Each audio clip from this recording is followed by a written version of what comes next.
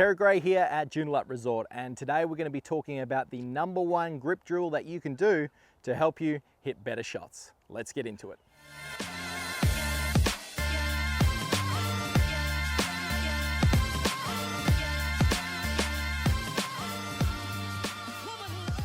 Now, where we position the golf club in our hands has a direct correlation with how much hinge we can create in our wrists, therefore affecting how much speed we can create in the golf swing.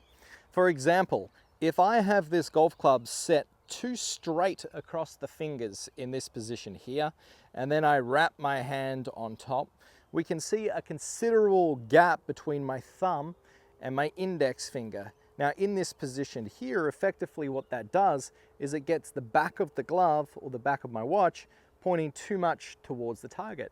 And this would be generally considered a weak grip position.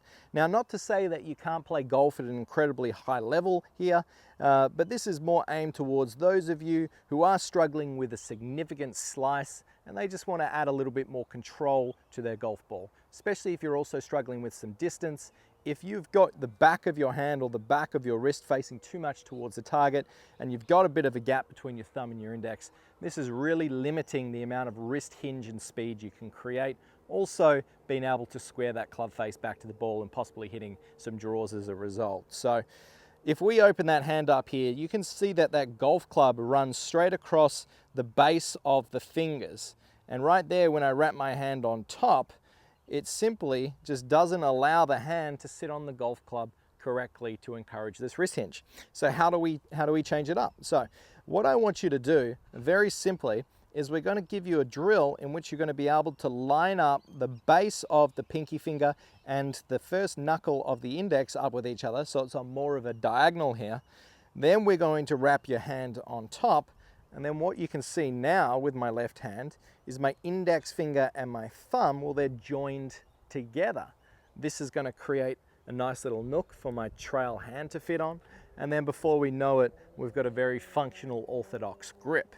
So how do we get into this position every single time without looking down at our grip and being very precise with what we're doing? Well, there's a great drill. It's called the hammer drill. So what we're going to do is we're going to stand up dead straight, looking down towards the target. From here, what we're going to do is we're going to lock out our left arm and we're going to place it back and behind our bodies. And we're going to feel that that golf club is way down in the fingertips.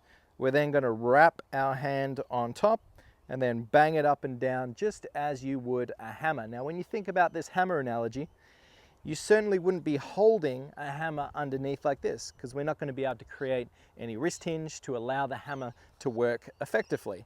With a hammer, you would be holding it down in your fingers so you could enable some wrist hinge, and that's why we're doing this drill here. So we're standing up straight, we've got the club back and behind our body, down in the fingertips. You're going to wrap your hand right on top there, keep the left arm locked out straight, and bang that up and down like a hammer.